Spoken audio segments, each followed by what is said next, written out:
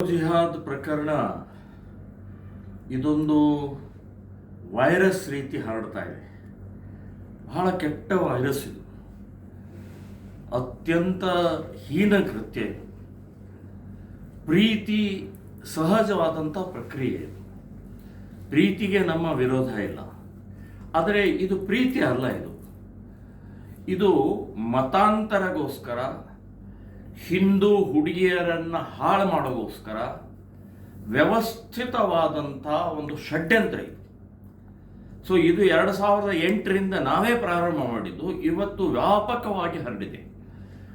ಒಂದು ಅಂಕಿ ಅಂಶದ ಪ್ರಕಾರ ಸುಪ್ರೀಂ ಕೋರ್ಟಿನ ಲಾಯರ್ ಅಶ್ವಿನ್ ಉಪಾಧ್ಯಾಯ ಅವರು ಪ್ರತಿನಿತ್ಯ 5,000 ಹಿಂದೂ ಹುಡುಗಿಯರು ಬುರ್ಕಾ ಹಾಕೊಳ್ತಾ ಇದ್ದಾರೆ, 5,000 ಹುಡುಗಿಯರು ಗೋಮಾಂಸ ತಿಂತಾ ಇದ್ದಾರೆ ಅಂತಂದರೆ ಎಂಥ ಆಘಾತಕಾರಿ ಅಂಕಿ ಇದು ಅಂತ ಅನ್ನುವಂಥದ್ದು. ಸೊ ಈಗ ಹಾವೇರಿಯಲ್ಲಿ ನಡೆದದ್ದು ಕೂಡ ನಿಶ್ಚಿತಾರ್ಥ. ಮನೆ ಸಂಭ್ರಮ ಇದೆ, ಆನಂದವಾಗಿದೆ. ನಿಶ್ಚಿತಾರ್ಥದಲ್ಲಿ ಅವಳಿಗೆ ಯಾವ ರೀತಿಯ ಒತ್ತಾಯನೋ ಅಥವಾ ಆಶೆನೋ ಅಥವಾ ಬೆದರಿಕೆನೋ ಏನು ನಡೆದಿದೆ ಅಂತನ್ನುವಂಥದ್ದು ತನಿಖೆ ಮೂಲಕ ಗೊತ್ತಾಗಬೇಕು. ಇನ್ನು ಬ್ಲ್ಯಾಕ್ ಮ್ಯಾಜಿಕ್ ಕೂಡ ಮಾಡ್ತಾರೆ ಅವರು.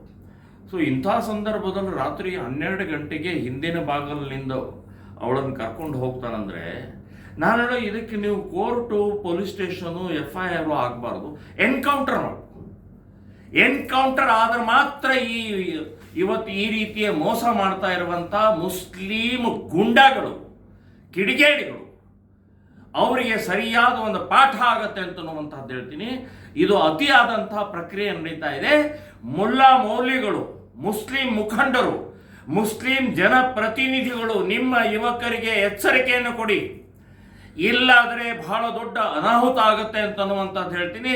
ಇವತ್ತು ಹಿಂದೂ ಸಂಘಟನೆಗಳು ಆಕ್ರೋಶದಲ್ಲಿದ್ದಾವೆ, ಸಿಟ್ಟಿನಲ್ಲಿದ್ದಾವೆ. ತಂದೆ ತಾಯಿ ಅತ್ಯಂತ ಪ್ರೀತಿಯಿಂದ, ವಿಶ್ವಾಸದಿಂದ ಆ ಮಗಳನ್ನು ಬೆಳೆಸಿರ್ತಾರೆ. ನಿಶ್ಚಿತಾರ್ಥ ಇದೆ, ಸಂಭ್ರಮ ಇದೆ, ದುಡ್ಡು ಖರ್ಚು ಮಾಡಿದ್ದಾರೆ, ಗಂಡನ ಮನೆಯವರು ಬಂದಿದ್ದಾರೆ, ರಾತ್ರಿ ಓಡಿಸ್ಕೊಂಡು ಹೋಗ್ತಾರೆ ಅಂತಂದರೆ ಏನು ನಡೀತಾ ಇದೆ ಇದು? ಸೊ ಇದು ಸರಿಯಾದ ಕ್ರಮ ಅಲ್ಲ. ಕಾಂಗ್ರೆಸ್ ಸರ್ಕಾರ ಮುಸ್ಲಿಂ ತುಷ್ಟೀಕರಣ ಅನ್ನುವಂಥದ್ದು ಏನಾಗ್ತಾ ಇದೆಯಲ್ಲ, ಇದು ಕುಮ್ಮಕ್ಕು ಕೊಡ್ತಾ ಇದೆ. ಸೊ ನಾನು ಹಾವೇರಿ ತಾಲೂಕಿನ ಯಾವುದೋ ಒಂದು ಗ್ರಾಮದಲ್ಲಿ ನಡೆದಂಥ ಘಟನೆ, ಇದನ್ನು ಅಕ್ಷಮ್ಯ ಅಪರಾಧ. ಹಾವೇರಿ ಜಿಲ್ಲೆಯಲ್ಲಿ ಈ ರೀತಿಯ ಪ್ರಕ್ರಿಯೆ ಭಾಳ ನಡೀತಾ ಇದ್ದಾವೆ. ಇಡೀ ಕರ್ನಾಟಕದಲ್ಲಿ ಅಂತೂ ನಡೀತಾನೇ ಇದ್ದಾವೆ. ಅಷ್ಟೇ ಅಲ್ಲ, ಹಾವೇರಿ ಜಿಲ್ಲೆಯಲ್ಲಿ ವಿಶೇಷವಾಗಿ ಜಾಸ್ತಿ ನಡೀತಾ ಇದ್ದಾವೆ.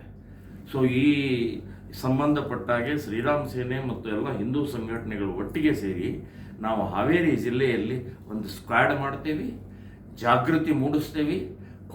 ಕಾಲೇಜ್ಗಳಲ್ಲಿ, ಲಾಡ್ಜ್ಗಳಲ್ಲಿ, ಪಾರ್ಕ್ನಲ್ಲಿ, ಹೋಟೆಲ್ಗಳಲ್ಲಿ, ಪಾರ್ಲರ್ಗಳಲ್ಲಿ, ಜಿಮ್ಗಳಲ್ಲಿ ನಾವು ಕರಪತ್ರ ಹಂಚಿ ಜಾಗೃತಿ ಮೂಡಿಸುವಂಥ ಕೆಲಸ ಮಾಡ್ತೀವಿ ಅಂತನ್ನುವಂಥದ್ದು ಹೇಳ್ತಾರೆ.